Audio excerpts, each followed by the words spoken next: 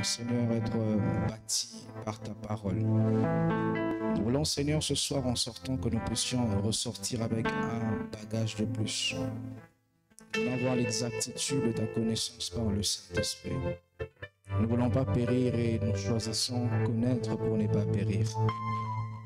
Déverse, Seigneur, encore ce soir ta connaissance en qualité et en quantité. Je me recommande à toi. Oins-moi, Seigneur, afin d'être à la hauteur de cette tâche. Oins ce message. Bénis ceux qui vont suivre sur Internet et ceux qui vont suivre ici en présentiel. Même ceux qui vont suivre en différé, je prie, Père éternel, que ce message bénisse le monde, bâtisse tes disciples dans le monde. Au nom de Jésus-Christ, j'ai ainsi prié. Amen. Nous acclamons le Seigneur. Amen. Je vous prie de tenir debout, s'il vous plaît. Je vais prêcher sans piano. Je vous prie de vous tenir debout. J'ai deux portions d'écriture à vous proposer. Jean chapitre 3, le verset 1 à 7. Et nous lirons également Jean chapitre 6, 16, le verset 8. On lira carrément tout du premier au 8e, mais je me baserai plus sur le 8e verset. Jean chapitre 3, 1 à 7, vous y êtes. C'est l'histoire de Nicodème qui va chercher Jésus de nuit.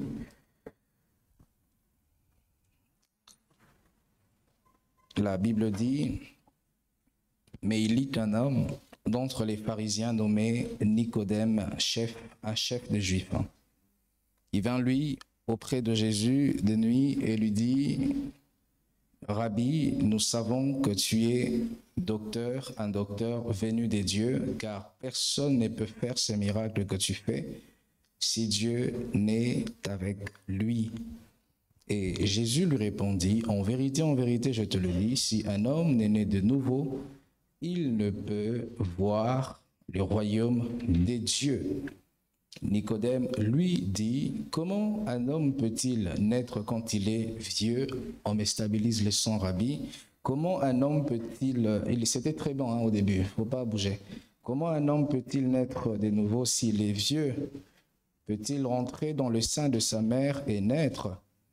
Jésus répondit, en vérité, je te le dis, si un homme n'est né d'eau et d'esprit, il ne peut entrer dans le royaume des dieux.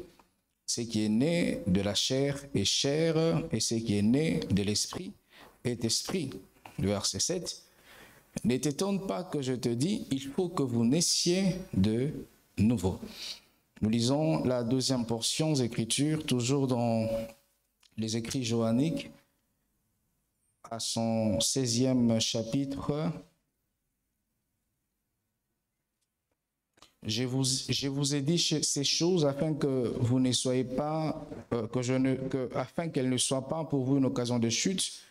Ils vous excluront des synagogues et même l'heure vient où quiconque vous fera mourir croira rendre un culte à Dieu. Et ils agiront ainsi parce qu'ils n'ont pas connu ni le Père ni moi. Et je vous ai dit ces choses afin que lorsque l'heure sera venue, que vous vous souveniez que je vous les ai dites. Je vous en ai parlé dès le commencement parce que j'étais avec vous. Maintenant, je m'en vais vers celui qui m'a envoyé. Aucun de vous ne me demande où vas-tu? Mais parce que je vous ai dit ces choses, la tristesse a rempli votre cœur. Cependant, je vous dis la vérité, il vous est avantageux que je m'en aille, car si je ne m'en vais pas, le consolateur ne viendra pas vers vous, mais si je m'en vais, je vous l'enverrai. Le verset 8. Et quand le consolateur sera venu, il convaincra les mondes en ce qui concerne les péchés, la justice et les jugements. Que Dieu bénisse sa parole. Je vous prie de reprendre vos places, s'il vous plaît. Je vous ai salué déjà. Je vous salue au nom de Jésus. Je vous prie de faire de même à votre frère et à votre sœur. Le thème de mon message et à nos frères qui sont sur Internet également, nous vous saluons. Je parlerai ce soir du Saint-Esprit et le salut. J'ai commencé à parler du Saint-Esprit, ça fait je crois 4 semaines aujourd'hui, le 4e mardi, dans nos cultes d'études bibliques. Et aujourd'hui, j'ai parlé à 2 mardis sur le Saint-Esprit et sa plénitude. J'ai parlé de Jésus-Christ et j'ai parlé d'Étienne. Et en parlant d'Étienne, j'ai pris plutôt la direction de comment est-ce qu'un homme rempli de l'Esprit peut devenir un sujet de multiplication. Comment est-ce qu'Étienne était considéré comme un grain, il s'est sémé et l'Église primitive s'est dupliquée, s'est multipliée.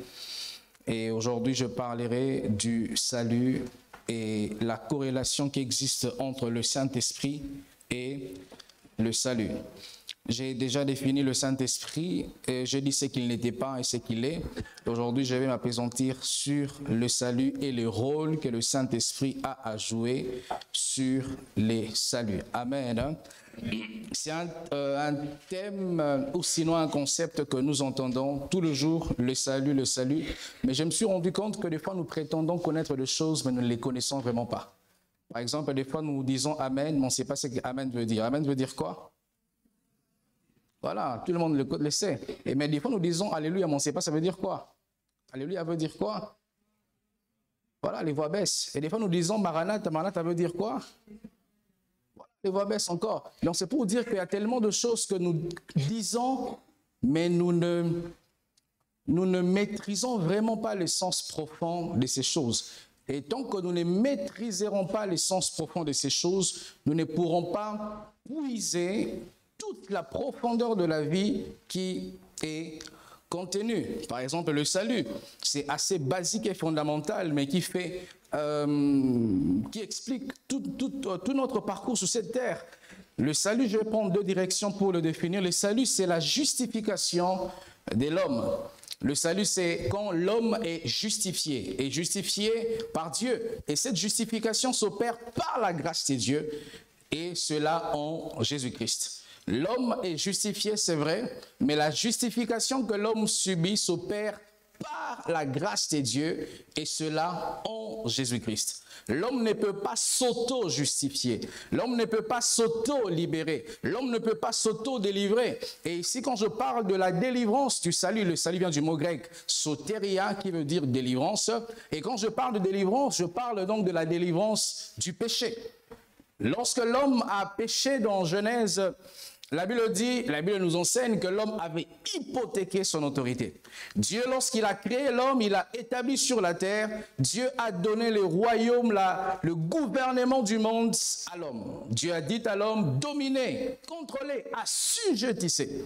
Mais lorsque l'homme a péché, l'homme a transmis son autorité à Satan. Et depuis ce jour-là, c'est Satan qui est le prince de ce monde, même si nous ne voulons pas admettre ça. Satan est les princes de ce monde. C'est comme ça que nous voyons le système du monde qui tourne, travaille en défaveur des enfants de Dieu et en faveur des enfants de Dieu. Lorsqu'on ne triche pas à l'école, des fois c'est un peu compliqué, mais quand on triche à l'école, on réussit. Une fille qui garde son corps, c'est celle-là peut-être que les gens disent, voilà, tu n'es pas ceci, tu n'es pas cela. Mais une fille qui couche de gauche à droite, sa vie c'est snack, elle s'enivre. C'est cette fille apparemment qui est clairvoyante, qui est courageuse, mais celle qui garde son corps, elle est bête, elle est idiote, elle est bleue, parce que le système de ce monde est dirigé par Satan qui en est les princes, et ça travaille en défaveur des chrétiens et en faveur du monde. Ce qui fait que lorsqu'un chrétien veut se synchroniser au système du monde, en d'autres termes,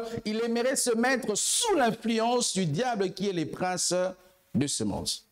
Si je veux vivre au Cameroun, en d'autres termes, ça voudrait dire je dois accepter de me soumettre à la loi camerounaise. Je ne peux pas accepter de vivre sur le sol camerounais si je n'accepte pas de me soumettre. On va me faire retourner d'où je viens. Si je veux vivre au Cameroun, il faudrait que la loi qui pèse, qui domine, je parle de la loi administrative, sur le territoire camerounais, que je puisse m'y soumettre. Ce qui fait que j'ai une carte de séjour. Je ne peux pas dire, bon voilà, je suis pasteur, le salut en Jésus-Christ me suffit. Non, cela est bien, mais je dois me soumettre à une autorité politique, une autorité administrative, et je dois me mettre en ordre. Alléluia. Et le salut, c'est donc cette justification de l'homme, et cette justification s'opère par grâce. L'homme n'est pas justifié par mérite. La grâce, c'est quelque chose que nous obtenons sans l'avoir mérité. Nous ne sommes pas ce que nous sommes parce que nous l'avons mérité. Tu n'es pas une fille vierge parce que tu l'as mérité, parce que tu étais discipliné. Il y a eu plus discipliné que toi, mais qui ont eu des enfants. Tu n'es pas une personne mariée parce que tu es disciplinée ou tu es belle. Non, il y a plus belle que toi, plus friquée même que toi, plus intelligent que toi, plus rodé que toi, mais qui n'ont pas ce que tu as parce que la grâce nous permet d'avoir les choses que nous ne méritons pas. Alléluia.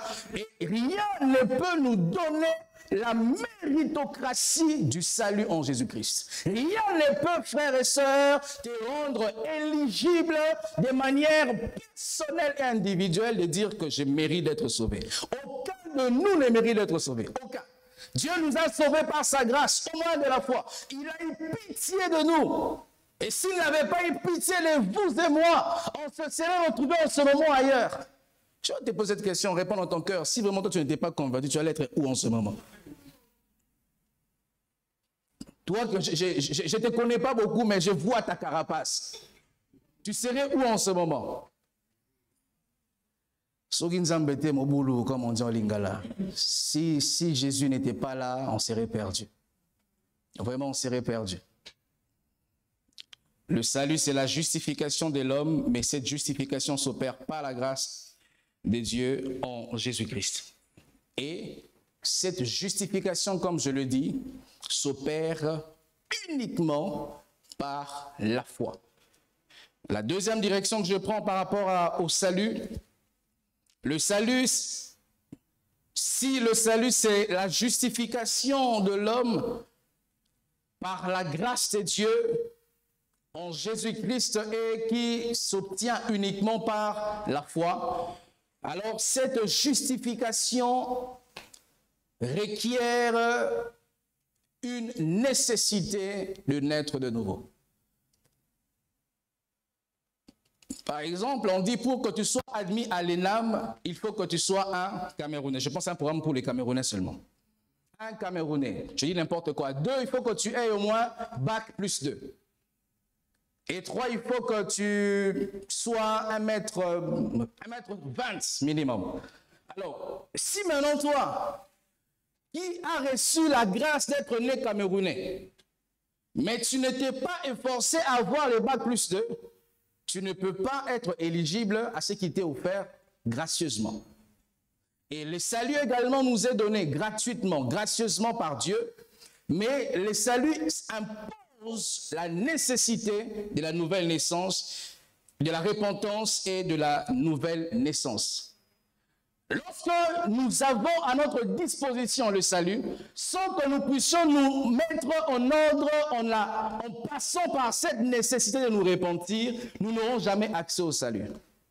On te dit, si tu traverses ces bureaux-là, il y aura la nourriture pour toi, toi qui as faim, qui veux mourir de faim. Mais la seule condition, c'est de laver tes mains pour y aller. La nourriture est là, tu n'as rien fait pour l'avoir. Mais on te dit, ça nécessite de laver les mains. Et le salut, Dieu nous l'a donné en Jésus-Christ gratuitement, gracieusement. Mais nous ne pouvons pas avoir accès à ce salut si nous ne suivons pas la nécessité de la repentance et de la nouvelle naissance. Et c'est quoi donc la repentance ? La repentance, c'est reconnaître ses péchés et les abandonner. La récompense n'est pas le remords simplement. Il y a des gens quand ils pêchent, il a des regrets. Pourquoi je fais ça? Pourquoi je dis ça? Pourquoi? Regrette comme tu veux. Si tu ne te réponds pas en rejetant et en promettant à Dieu de ne plus refaire ça, pour Dieu tu fais du théâtre. La repentance n'est pas seulement pleurer. Pourquoi j'ai tué cet homme? Pourquoi j'ai avorté? Pourquoi j'ai été insolent? Pourquoi j'ai été orgueilleux?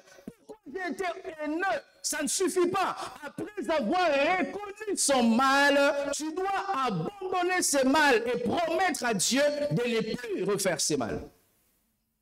Et nous chantons repentance. Et même j'ai appris dans certaines religions, même notre religion, la religion chrétienne, on nous apprend que pour que tu adores Dieu, que tu pries, il y a des étapes à suivre. Et vous savez c'est quoi la première étape? Demander pardon de nos péchés.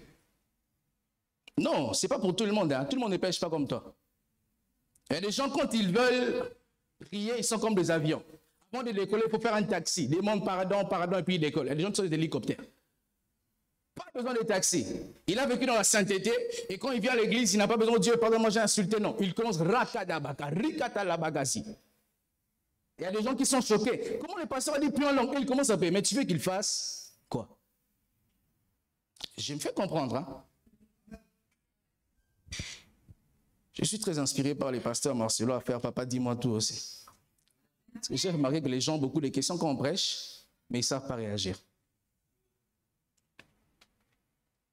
La repentance, c'est cela. Mais aussi la repentance, c'est faire volte-face à la direction que la chair nous conduisait ou notre moi nous conduisait. Je partais sur cette direction et je rencontre la parole de Dieu, je fais demi-tour, volte-face. La repentance n'est pas faire un quart de tour. Je l'ai prêché déjà ici un jour. La plupart des chrétiens, nous sommes attirés par notre ancienne vie parce que nous faisons un quart de tour. Tu avais une vie de péché, tu aimais trop les snacks, mais quand la parole te touche, au lieu que complètement que tu fasses dos à ton ancienne vie, toi tu as seulement fait ceci. Ça fait qu'il est vrai que tu n'es plus dans la vie de snack, mais tes yeux au moins regardent les snacks. Je vais vous relater une histoire. Un jour, il y avait un monsieur qui a été d'urgence amené à l'hôpital voir un dentiste. Parce que ces messieurs-là... Il était un amoureux, un accro. Il avait l'addiction de chocolat.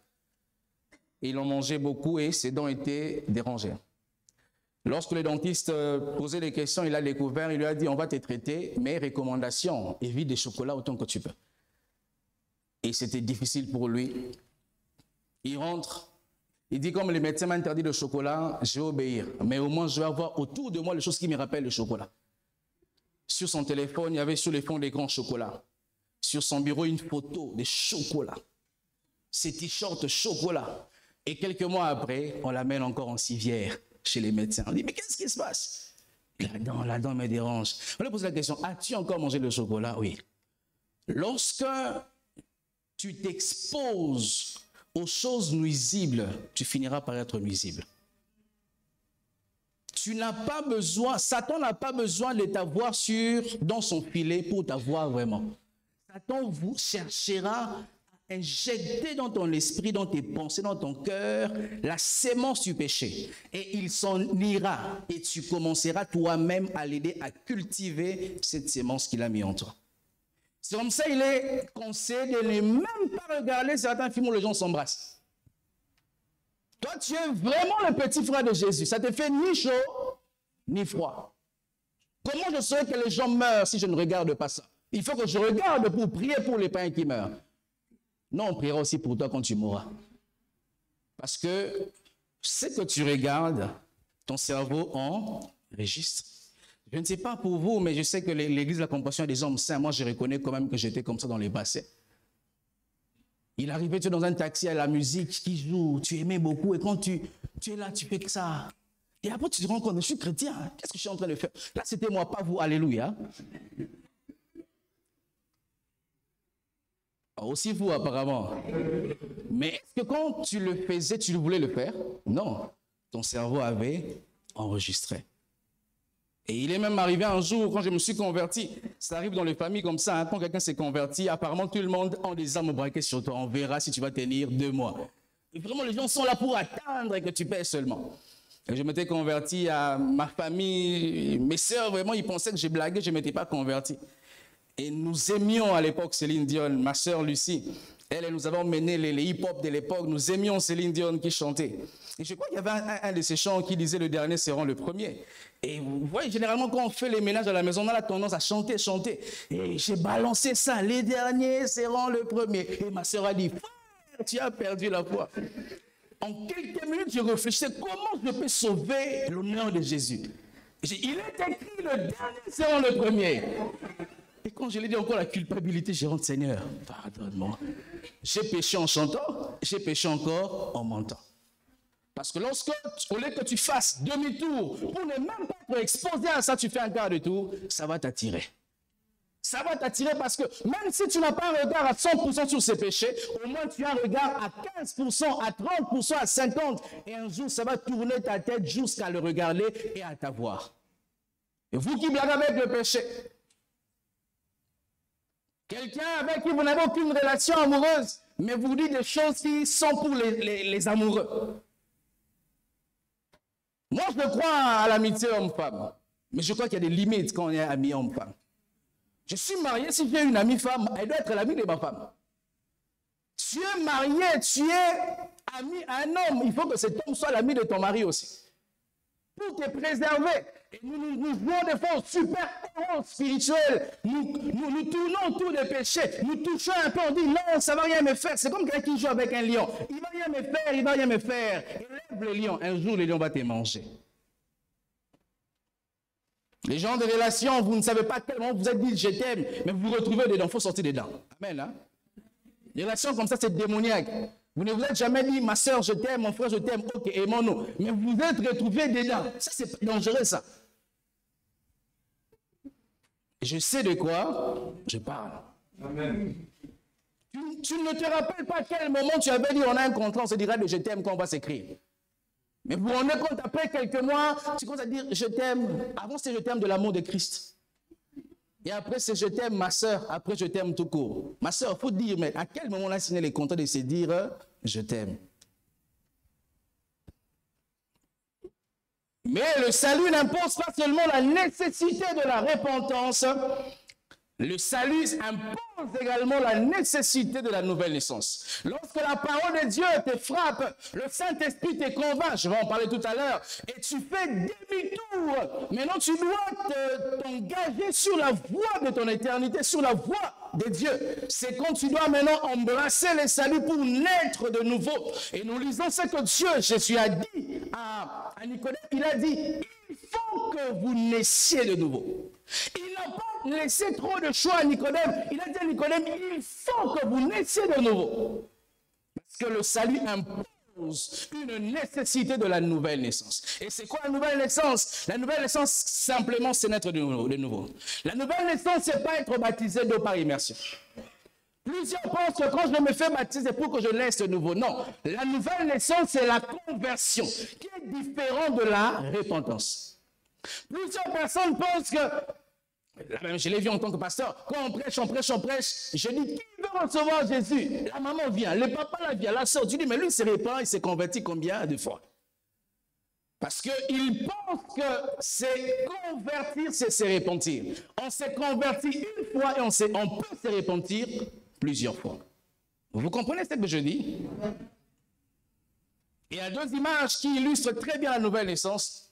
Les deux animaux. Les deux animaux ont ce qu'on appelle comme point commun la transformation. Mais pour le premier, c'est profond et l'autre, c'est superficiel. Il y a la chenille et les serpents. Voilà. La chenille subit ce qu'on appelle la métamorphose. Elle était chenille et jusqu'à ce qu'à un moment de maturation, elle se change, elle se met dans un cocon et elle se change, elle devient papillon. Et celui qui avait vu la chenille et le papillon, si on ne lui dit pas que c'est papillon, quand tu vois était chenille, ne croira pas que c'était une chenille. Et c'est ça, là où Dieu nous attend. La conversion, la nouvelle naissance, c'est une vie qui n'a rien à voir avant avec ta vie passée. Si ta vie présente est égale à ta vie passée, tu t'es jamais converti. Une vraie conversion, on doit voir en toi que tu n'es plus la même personne d'hier. Tu ne dois pas le dire, on doit le constater. On doit remarquer que tu as changé. On doit même dans ta famille, on doit voir que tu t'es transformé. Mais le serpent, lui, il subit ce qu'on appelle la mue. La mue, c'est lorsque la peau du serpent devient vieille, le serpent va vers un rocher ou une pierre pour se gratter, afin de se débarrasser de sa vieille peau. Et quand il passe, il sera tout nouveau. On peut croire que c'est un nouveau serpent, mais c'est le même serpent qui n'a pas changé de l'intérieur, qui a juste changé l'extérieur. Et c'est à beaucoup de personnes qui pensent être nées de nouveau parce qu'ils ont des habitudes chrétiennes et religieuses, mais leurs fonds restent les mêmes. Ils viennent à l'église comme les chrétiens. Ils chantent comme les chrétiens. Ils prêchent, même certains, comme les chrétiens. Ils dansent, certains même ont fabriqué leur parler en langue. Ils parlent notre langue. Et tu crois que vraiment il est chrétien. Mais non, c'est l'extérieur, mais qui ne ressemble pas à l'intérieur. C'est comme ça on peut voir un chrétien empoisonner l'autre. On peut voir un chrétien vivre dans l'impudicité. On peut voir un chrétien qui dit que la vie chrétienne est difficile. pour toi la vie chrétienne est difficile, il se peut que tu ne t'es pas bien converti. Si pour toi, abandonner les péchés, pour toi, c'est une mission impossible, Tom Cruise, il se peut que toi, vraiment, tu ne t'es pas bien converti. Lorsque la chenille est chenille, lorsqu'on lui dira dans 2 ans, tu voleras dans le ciel, il ne peut pas croire. Parce qu'il n'a pas, elle n'a pas en elle la nature qui lui donne la capacité de voler. Mais lorsque la chenille subit la métamorphose, il aura la capacité de vivre dans les hauteurs parce que sa nouvelle nature lui donne la capacité de vaincre la loi de la pesanteur. Lorsqu'on s'est converti, on rencontre vraiment Jésus, nous subissons vraiment la nouvelle naissance, nous recevons la nature de Dieu, nous donnons la capacité de vaincre les péchés. Un chrétien ne sait même pas vaincre les péchés. Un chrétien ne sait même pas vivre dans la sainteté. Un chrétien vit naturellement dans la sainteté. Une femme sait pas être femme, marcher sur les talons, avoir les palmes, les bodys, tout ça. Elle se trouve difficile, il se peut que c'est un transgenre.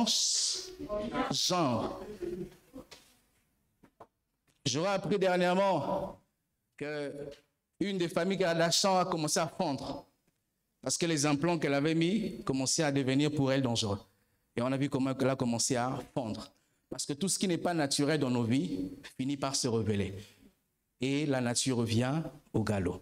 Lorsque tu es chrétien, mais tu luttes à vivre dans la sainteté, il y a 2 choses. Soit tu t'es jamais converti, par conséquent tu n'as jamais reçu la nature de Dieu, te permettant de vivre naturellement dans la sainteté.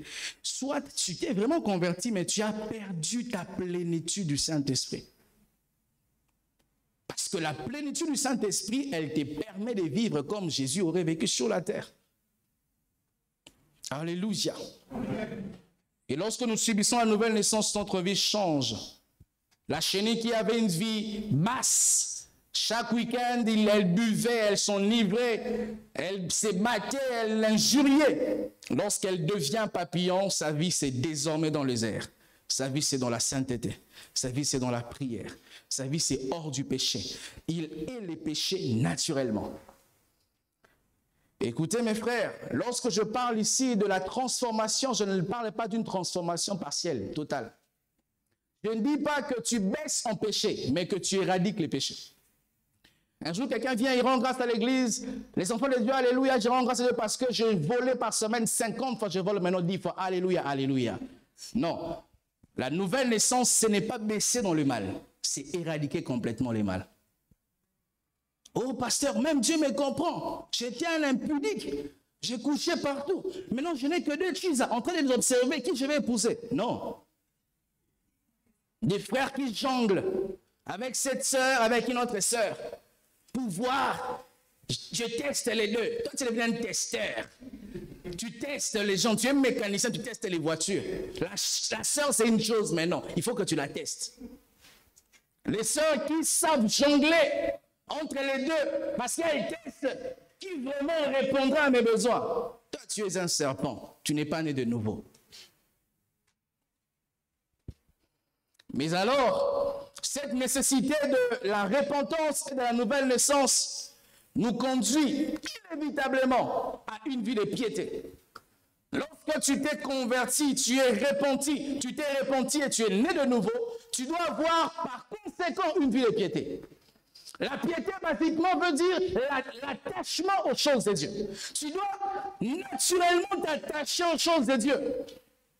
Lorsque tu es engagé dans un ministère de la justice, par exemple, naturellement, tu te leveras chaque matin pour aller à ton bureau, même si on ne t'en demandera pas, parce que tu es greffé dans ce ministère et ça va t'imposer d'y aller tous les jours.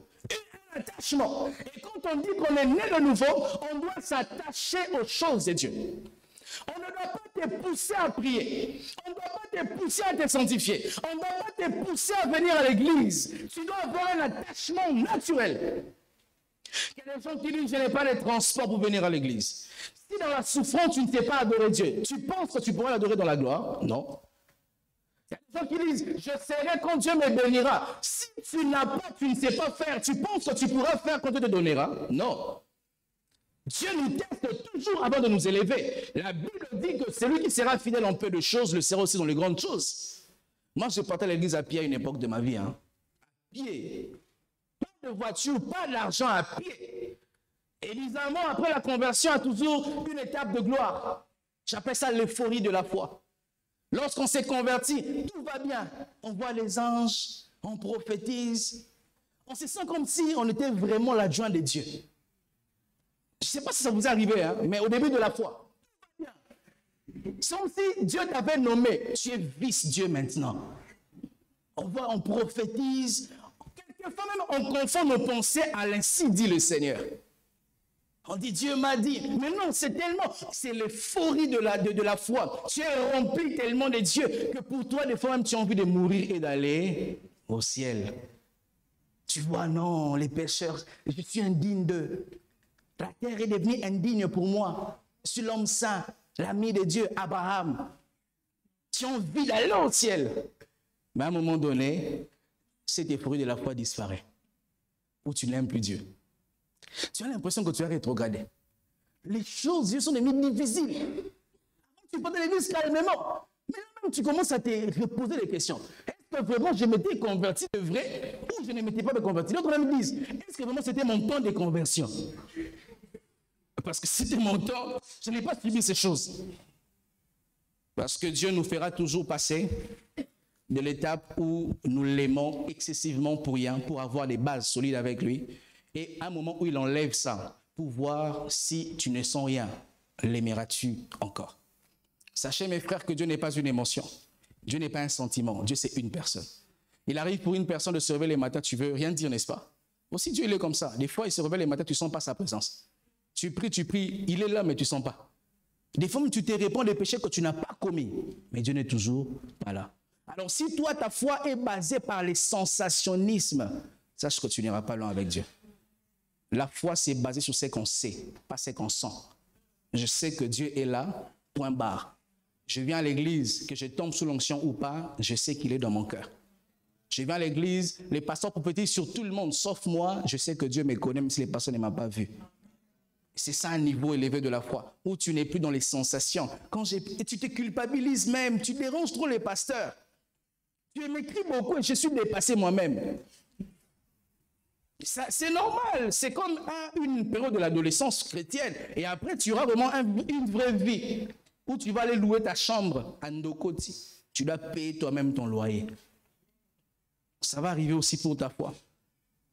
Ou venir à l'église, c'est un combat, une lutte. Quand tu t'es converti, tu ne calculais pas tes offrandes, tu donnais.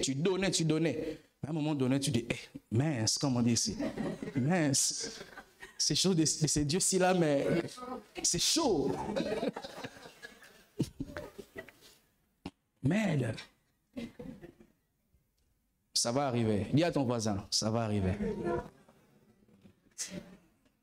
Parce qu'on nous a mal enseigné la foi, non? On pense que ça va rester comme ça, non? Ça va arriver. À un moment, tu as la chaleur, tu pries, tu as des anges. Et ton frère qui s'était converti bien plus tôt, il rit quand il te voit. J'ai dormi, j'ai vu les anges. Alléluia. Il sait que ça va finir un jour. Quand j'ai prié, Dieu me dit, il faut qu'on jeûne. Alléluia. Et puis à un moment donné, il te pose. Dieu ne te parle plus. Tu ne vois plus rien. Mais ce n'est pas parce que Dieu s'était que Dieu est absent. Le silence de Dieu n'est pas son absence. Dieu peut être silencieux, mais il est là. Il est là. Je vais vous parler d'un thème. Il y a quelqu'un qui a dit un jour que Dieu est conjugué au féminin. Des fois, la femme veut parler, mais elle ne parle pas. Elle veut que tu reçoives les dons de discernement. Que tu entres dans son cœur et que tu comprennes. Et si tu n'arrives pas à comprendre, elle dit, mais tu ne fournis même pas des efforts à me comprendre. Elle dit, maman, mais tu m'as rien dit, comment je comprendrai? Tu m'aimes pas. Et des fois, Dieu il est comme ça. Il reste silencieux, mais il a des choses à te dire. C'est à toi de vouloir chercher qu'est-ce qui se cache dans son cœur. Cette nécessité de la repentance et de la nouvelle naissance nous conduit aussi à une vie de sanctification. La sanctification, c'est être mis à part. La sanctification, c'est être tiré dans l'eau pour servir à la gloire de Dieu. Ce micro, lorsque son concepteur l'a conçu, il ne l'a pas conçu exclusivement pour les églises. Il a conçu un micro, il s'était dit, on peut prêcher avec, Et un politicien peut faire les campagnes avec, les meetings politiques. Un musicien païen peut faire ses concerts avec, mais dès l'instant où ce micro est acheté par l'Église, ce micro est sanctifié. Ce micro est mis à part, ce micro est consacré. Si on prend ce micro, on l'utilise pour autre chose que l'Évangile, ce micro n'est plus sanctifié. Et lorsque nous nous convertissons, nous subissons la repentance, nous connaissons la repentance et la nouvelle naissance, que nous ne nous sanctifions pas. Nous sommes en train de renier notre existence. Nous sommes en train de froisser, de perturber les plans de Dieu pour notre vie. Un chrétien doit vivre dans la sanctification.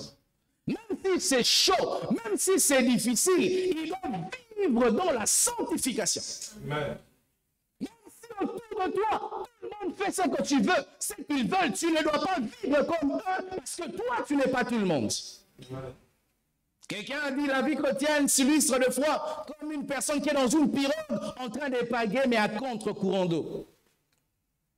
Et même des gens qui veulent que nous puissions faire comme tout le monde, nous conformer en nous disant que la voix du peuple, c'est la voix de Dieu. Non, c'est pas parce que tout le monde le fait que tu dois le faire aussi. C'est pas parce que tout le monde a des cheese que je dois savoir des cheese. C'est pas parce que tout le monde a des deuxièmes bureaux que tu dois aussi l'avoir. Non. Un chrétien vit dans la sanctification. Et il ne regrette pas la vie du monde. Il y a des chrétiens comme ça qui regardent la vie du monde. Et quand ils prient, voilà comment ils prient. Ils disent à Dieu, Seigneur, moi j'ai tout laissé pour toi, et toi tu ne m'exauces pas. Tu savais qui j'étais dans le monde. Tu savais que je pouvais avoir 4 enfants, 4 ans. Tu le savais, Dieu. C'est comme si Dieu trouve grâce à tes yeux. Un chrétien qui est né de nouveau, tu dois te sanctifier, tu dois être mis à part. Et c'est en tout et pour tout.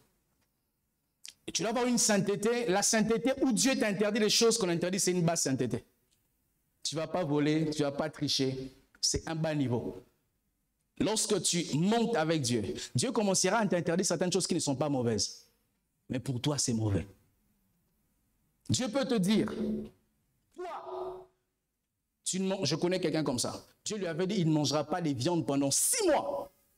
Il avait un problème de mariage. Dieu l'a conduit à faire une retraite de 6 mois. Il a dit, tu ne mangeras pas de viande. Après 6 mois, sa vie a explosé. Et s'il avait mangé la viande durant ces 6 mois, il aurait péché. J'ouvre une parenthèse que je vais refermer rapidement. Les péchés, c'est quoi? C'est dans le monde actuel que nous avons un peu changé l'essence profonde du péché. À l'époque, les mots, lorsqu'on utilisait les mots péché, c'était pour dire tu as manqué de cible. Lorsque les archers s'exerçaient, vous connaissez le jeu de fléchettes?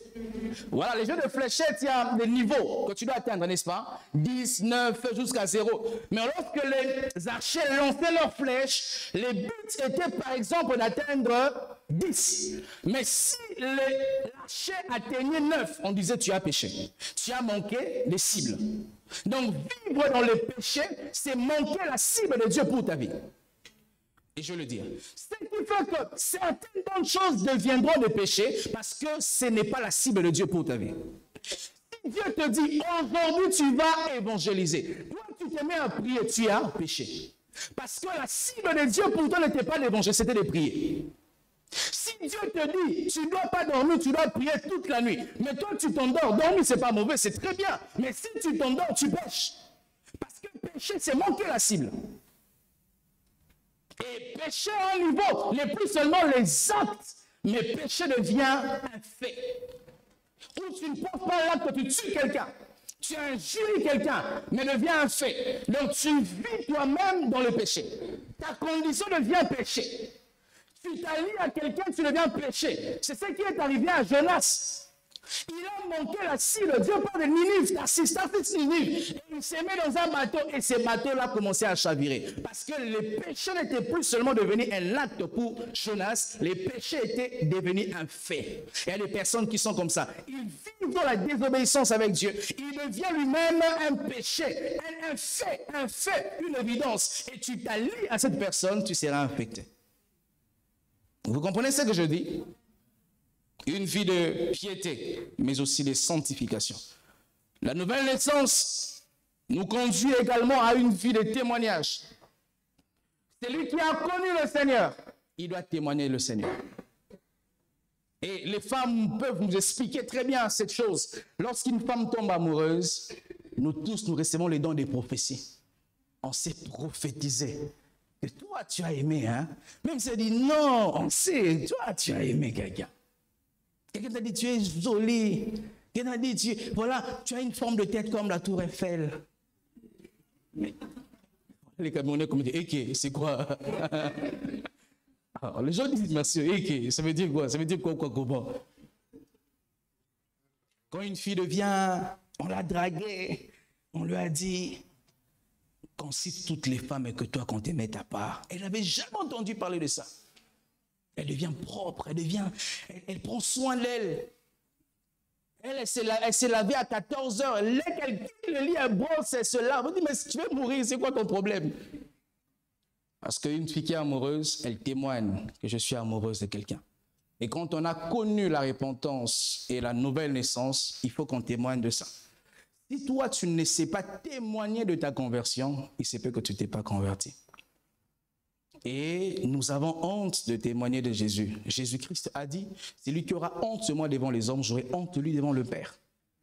Or, Jésus est l'intermédiaire entre toi et Dieu. Si Dieu est pour toi, qui sera contre toi? Mais si Dieu est contre toi, qui sera pour toi? C'est Jésus qui doit recevoir tes prières, donner au Père, prendre l'exaucement et les donner. S'il est l'intercesseur au milieu entre toi et le Père pour te défendre. Maintenant, si c'est Jésus-là ne sait plus l'être, comment ta vie ira bien? Et il y a beaucoup d'entre nous, nos vies vont mal. Ce n'est pas qu'on pêche, on ne pêche pas. On est dans la piété, attaché à Dieu. Mais on ne sait pas témoigner de notre foi. On a honte. Et Jésus aussi a honte de nous devant le Père. Je ne sais pas, mais à une époque, avant que la technologie vienne dans les églises, nous avions des Bibles en papier. Hein. Qui a une Bible en papier ici? En papier. Et nous allions à l'église avec des Bibles sous les aisselles. Mais aujourd'hui, on a honte. On va dire, hey, on va dire que je suis frère. Mais tu es mon frère. Est-ce que tu peux témoigner de ta vie chrétienne sans ouvrir la bouche par ton style de vie? Pierre avait atteint ce niveau-là. Pierre, même en régnant Jésus, on disait, mais tu parles comme lui. Est-ce que tu peux témoigner de Christ, ma sœur, par ton accoutrement? On te voit t'habiller, on sent que tu es différente. Peut-être qu'ils ne peuvent pas connaître que tu es chrétienne, mais on sent que toi, tu es différente. Il y a des frères qui leur témoignage, n'est important que dans une circonscription. Lorsqu'il est à Douala, il est chrétien. Il sort de là, il devient quelqu'un d'autre. Il arrive à un endroit qu'on ne le connaît pas. Il se dit, si Dieu ne m'a pas publié, pourquoi me publierais-je? Qui suis-je? Il cache son identité. Il va à Kribi, quelqu'un d'autre. Il prend un avion, quelqu'un d'autre. Il passe en transit dans un pays, quelqu'un d'autre. Il ne témoigne pas. Jésus n'est pas Jésus que dans ta circonscription. Dieu est Dieu partout. Il est omniprésent. Il est Dieu quand tu es avec des frères. Il est même Dieu quand tu es avec des païens. Et quand toi, tu ne sais pas le témoigner, il se peut que ta nouvelle naissance est à revoir. Et enfin, la nouvelle naissance doit conduire à une vie de service. Quand on connaît la repentance et la nouvelle naissance, il faut servir Dieu. La Bible dit un jour, Jésus-Christ, il arrive dans la maison de la belle-mère de Pierre et sa belle-mère était malade. La Bible dit qu'elle avait la fièvre. Et la Bible dit lorsque Jésus chassa cet esprit, la fièvre quitta et se leva pour servir Jésus. Lorsqu'on est de nouveau, la vie qui suit, c'est la vie de service. Et personne ne peut dire que je ne vois pas ce que je peux faire pour Dieu. Tout le monde peut faire quelque chose pour Dieu.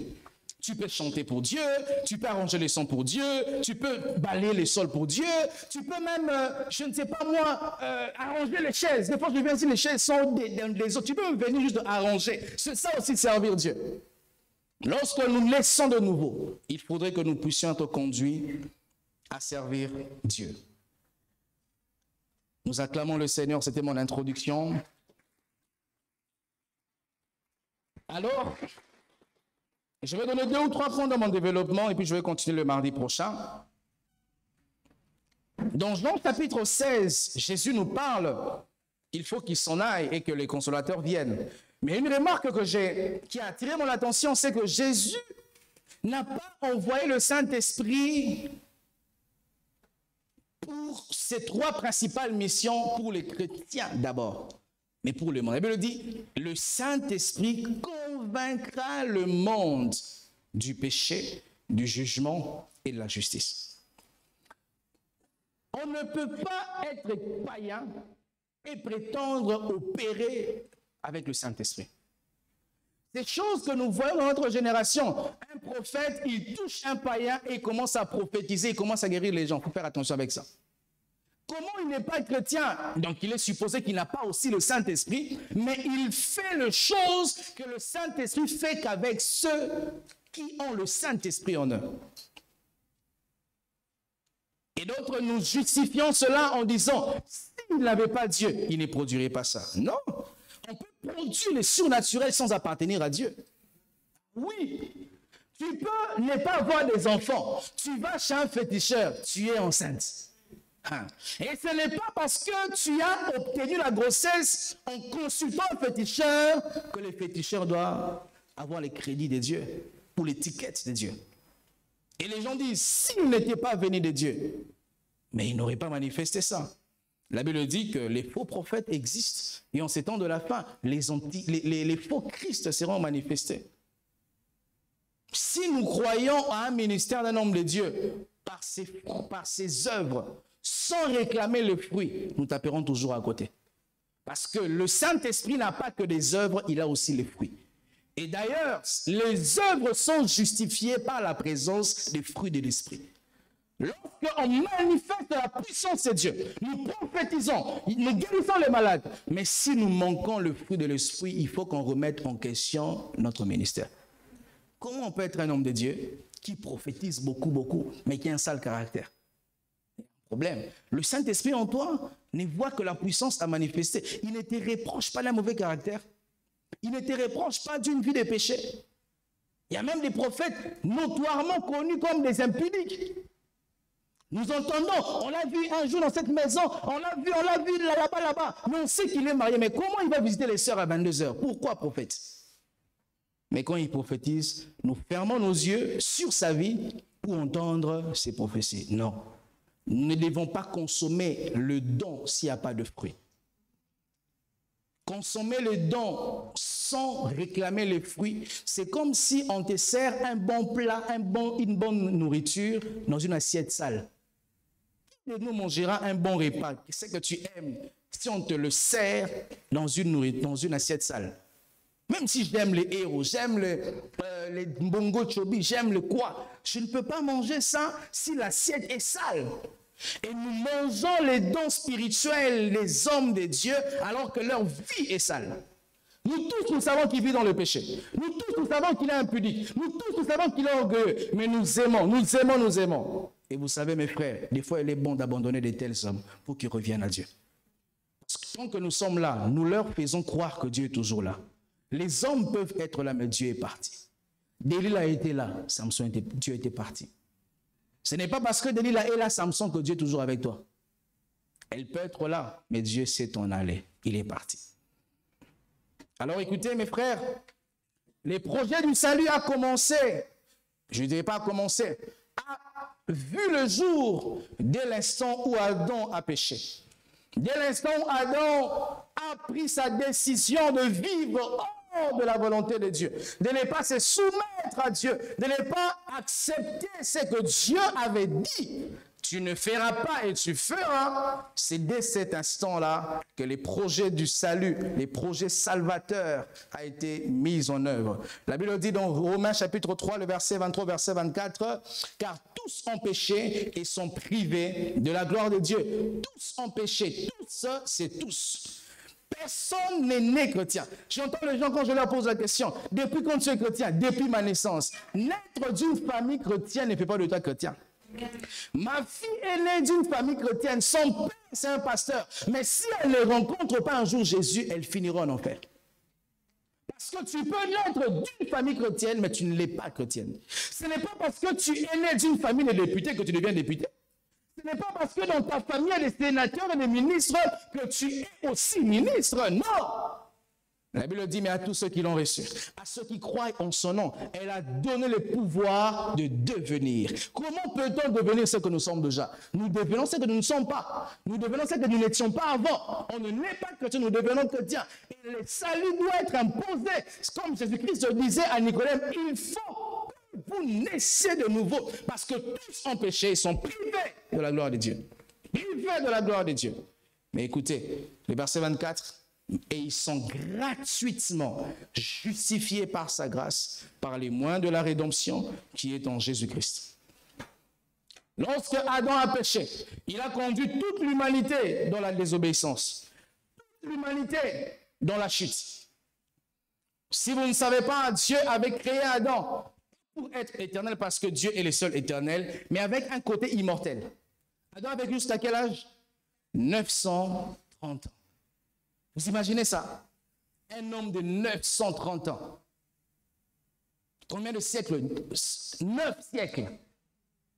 Mais aujourd'hui, nous avons des gens qui meurent à 40 ans, qui meurent à 20 ans, même des morts-nés. Un bébé qui meurt, il va où? En enfer ou au ciel?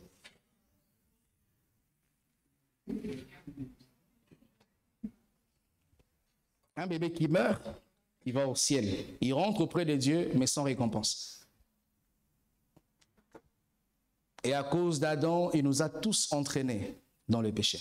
Ce qui fait que l'homme doit être sauvé. L'homme n'a pas un autre choix que d'accepter le salut que Dieu donne en Jésus-Christ.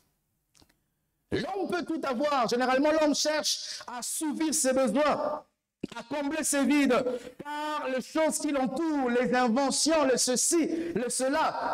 Avant de venir aujourd'hui, je suivais un documentaire sur les cerveaux en bref. Comment est-ce que le cerveau fonctionne? On montre comment est-ce que l'homme, on dit que la plus grande distraction de l'homme, c'est en l'homme, son cerveau.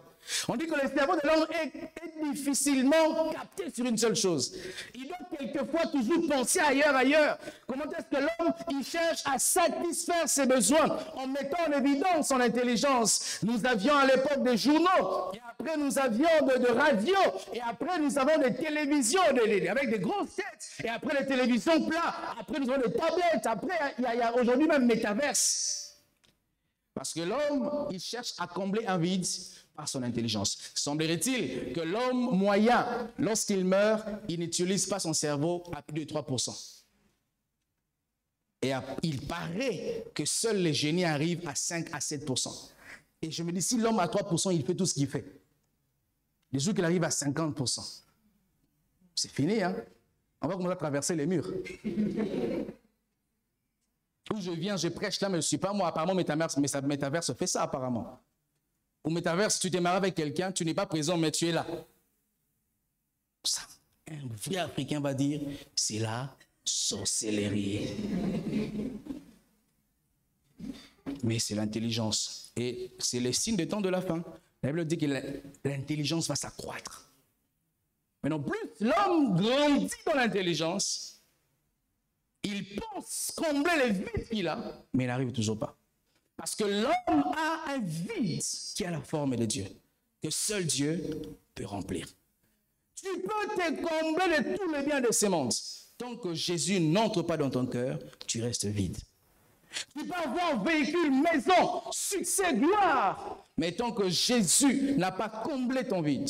La Bible dit que Jésus, lorsqu'on construit la maison, ceux qui bâtissaient, ils construisaient avec des pierres. Mais au fond de l'angle, il y avait un trou. Et les trous là ressemblaient à Jésus. C'est comme ça qu'on appelle Jésus la pierre angulaire. Parce que dans ta maison, il y a un trou. Et ce trou a la forme de Jésus. N'est-ce pas nous tous ici? Nous étions des pécheurs. Papa a tout dit, maman a tout dit. Certains d'entre nous, on nous a même chicotés, on nous a mis dans la prison, mais la prison n'a rien fait. La chicote n'a rien fait. La dureté de ton mari n'a rien fait. Mais les jours que tu as entendu l'évangile, que tu as ouvert ton cœur à Jésus, tout a changé. Parce que l'homme a péché. Il est privé de la gloire de Dieu. Seul Dieu peut remplir ça. C'est comme ça, frères, sœurs. Ne condamnons toujours pas des gens qui vivent de manière bizarre. Souvent, c'est un cri de SOS. Prêchez-moi l'évangile. Une fille qui couche à gauche, à droite, un garçon qui a des enfants. Comment expliquer un garçon de 25 ans mais qui a 7 enfants? Comment il fait? Il faut c'est un cri de SOS. J'ai besoin de l'évangile. Il va snack là-bas, il prend l'alcool, la drogue, des fois c'est un cri. Tout ce que je fais, je n'arrive pas à combler les vides. Prêchez-moi Jésus. Parce que tous ont péché et sont privés de la gloire de Dieu. À cause de Adam, mes frères et sœurs, nous héritons nous tous du péché adamique. Ce qui fait que nous naissons en position de péché. Nous naissons en position d'être jugés par Dieu. Ce qui fait qu'une personne, lorsqu'elle ne se convertit pas, elle meurt. Elle ira en enfer. Je ne sais pas si tu t'es déjà posé la question. Nos arrière-grands-parents qui n'ont pas été exposés à l'évangile, ils sont morts, ils sont allés où? Avant que les missionnaires ne leur prêchent l'évangile. Ton grand-père, ils sont allés où? En enfer, s'ils n'ont pas connu Dieu. Parce que même si on ne les a pas présentés clairement Dieu, j'ai prêché sur ça un jour, que Dieu est autour de nous. Je vais parler de la révélation de Dieu, vous vous rappelez de cela? La révélation générale, la révélation spéciale et la révélation scripturaire de Dieu. Général, tout ce qui nous entoure nous prouve qu'il y a un Dieu.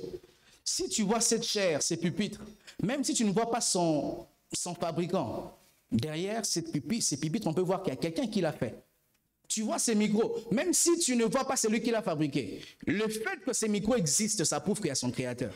Et le fait que les arbres, les soleils, la lune, les hommes, les feuilles existent, nous prouve qu'il y a un créateur. Comment une si belle création, une si belle créature peut exister sans un créateur? Impossible. Les scientifiques disent que c'est l'effet de l'évolution. Les atomes ont surchauffé, ça a explosé, puis voilà. Mais non. Et même certains pensent que nous étions des singes, et après nous sommes devenus des humains. Un singe beau comme moi existe.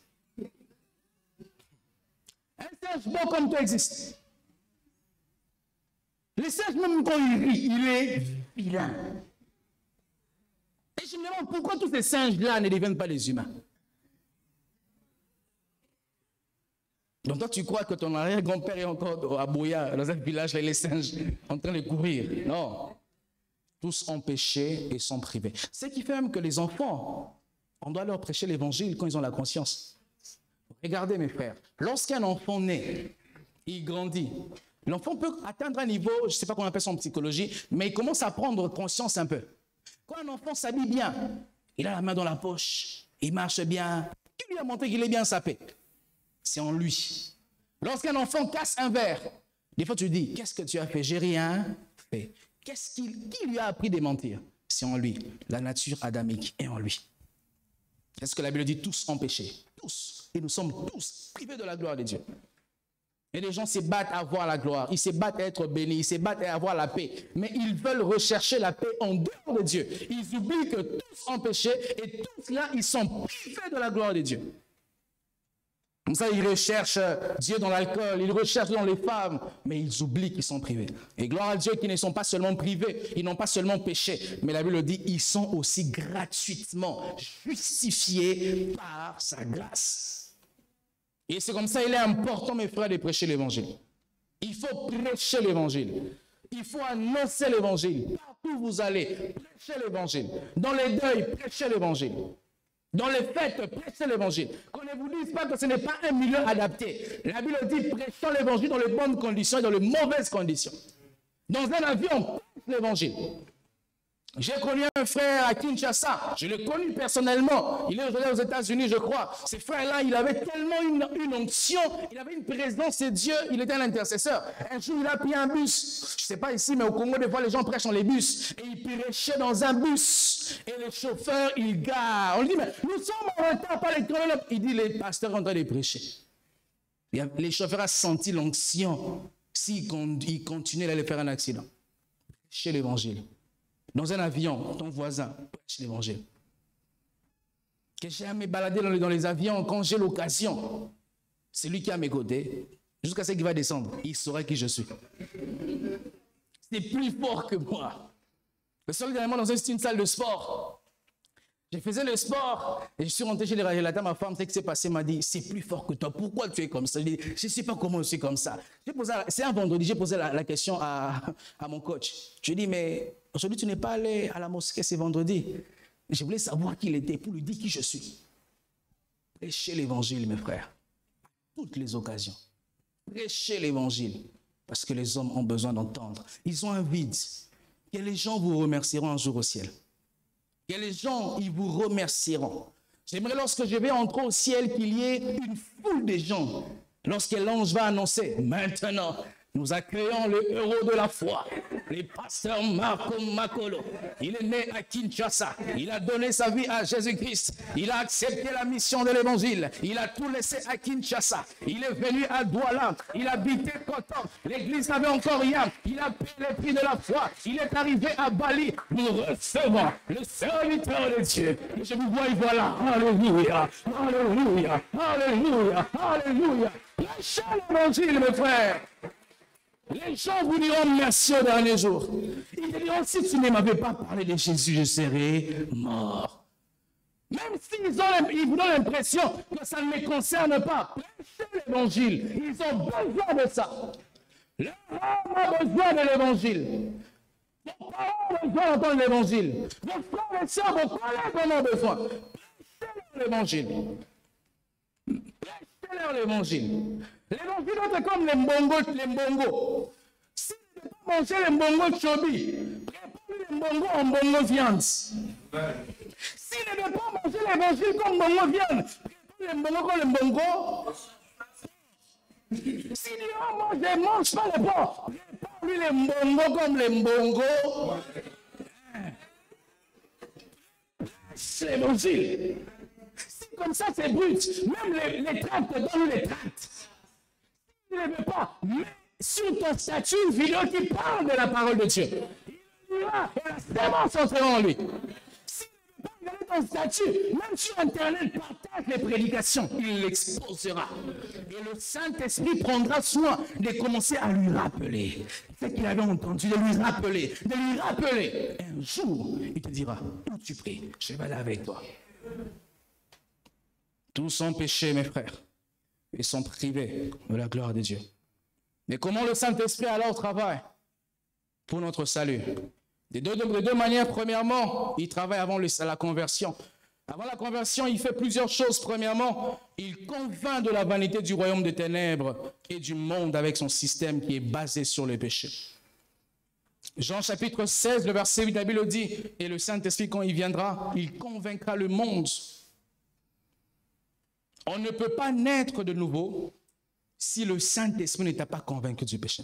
Des fois, ça s'est fait à l'intérieur de nous sans se rendre compte. Mais tu sens que le Saint-Esprit t'a mis à genoux. Tout ce que tu disais là, moi ces choses, moi tu commences quand même à être convaincu de ça. Parce que le Saint-Esprit convainc. Il y a des gens même qui ne croyaient pas aux églises, n'est-ce pas? Parmi nous, ils ne croyaient pas aux pasteurs. Certains sont devenus même eux-mêmes des pasteurs. Les gens qui ne croyaient pas, ils sont là, ils tombés sous l'onction, moi je ne crois pas. Mais entre toi et moi, on sait comment ça se passe. J'ai reçu un jour un frère. Il était venu lorsque nous avions notre culte d'action de grâce le 31 décembre 2021 à Koto à l'époque. Son frère l'a invité, il disait à son frère, ces choses-là de tomber, moi je ne crois pas en ça. Et son frère lui dit, si les pasteurs tu vas tomber. Non. Et moi je ne savais pas. Quand j'ai prié pour les gens, il est venu. J'ai seulement mis ma main comme une femme. Et il tombe. Et lui-même, il tombe pire. Et quand je le reçois, il était estomaqué. Et mais comment ça s'est passé? Je dis, frère, je ne sais pas. Parce que le Saint-Esprit nous convainc. Je ne sais pas, c'est comme quand on fait pour toi. J'ai oublié, on a dit dans une région ici, les femmes font des histoires, les hommes mangent et puis deviennent amoureux. C'est quelle région encore? Les Tobassi, voilà. Et lorsque tu n'aimais pas une femme te fait le Tobassi, tu te retrouverais à être convaincu de l'aimer. Toi qui l'insultais, un gros nez. Oh, un nez fin comme ça. Mais Dieu est merveilleux. Une grosse bouche. Mais voilà. Une bouche comme. Parce que tu es convaincu. Et le Saint-Esprit nous convainc du péché. Il convainc du royaume des ténèbres où tu n'aimes plus le monde, tu n'aimes plus les péchés, tu ne supportes plus les péchés. Un vrai chrétien, il ne supporte pas. Même quand on parle à ses côtés des péchés, il ne supporte pas. Lorsqu'il arrive à un endroit où les amis parlaient des bêtises, quand il arrive, on dit « Hé, le pasteur est arrivé », on ne parle plus. C'est un peu péjoratif, mais ça prouve un respect. Ça prouve qu'avec lui, on ne parle pas de ces choses-là. Mais aussi le Saint-Esprit, avant la conversion, il amène quelqu'un à considérer la valeur inestimable et pleine de grâce de la vie en Jésus-Christ. Une vie que tu voyais rien. Mais quand je ne sais pas pour toi, mais moi je me dis, vraiment, je ne vois aucune autre vie que la vie en Jésus. Parce que c'est le Saint-Esprit qui nous a emmenés à réaliser cette valeur inestimable. Je vais finir par ça. Un jour, Jésus-Christ rencontre Paul dans Acte 9, le verset 5 à 6. La Bible dit, Paul, il répondit, « Qui es-tu, Seigneur ?» Et le Seigneur lui dit, « Je suis Jésus que tu persécutes. Il te sera dur de réjamber contre les aiguillons. » Tremblant et saisi de froid, il dit, « Seigneur, que veux-tu que je fasse ?» Convaincu, il a cédé. Et Paul, aujourd'hui, il a considéré la valeur inestimable et plein de grâce de la vie en Jésus-Christ. Que Dieu vous bénisse abondamment. Je vais continuer mon enseignement le mardi prochain. Nous acclamons le Seigneur. Nous tenons debout, nous allons prier. Plus de toi, Seigneur, plus de toi. Plus de ta ressemblance, plus de toi.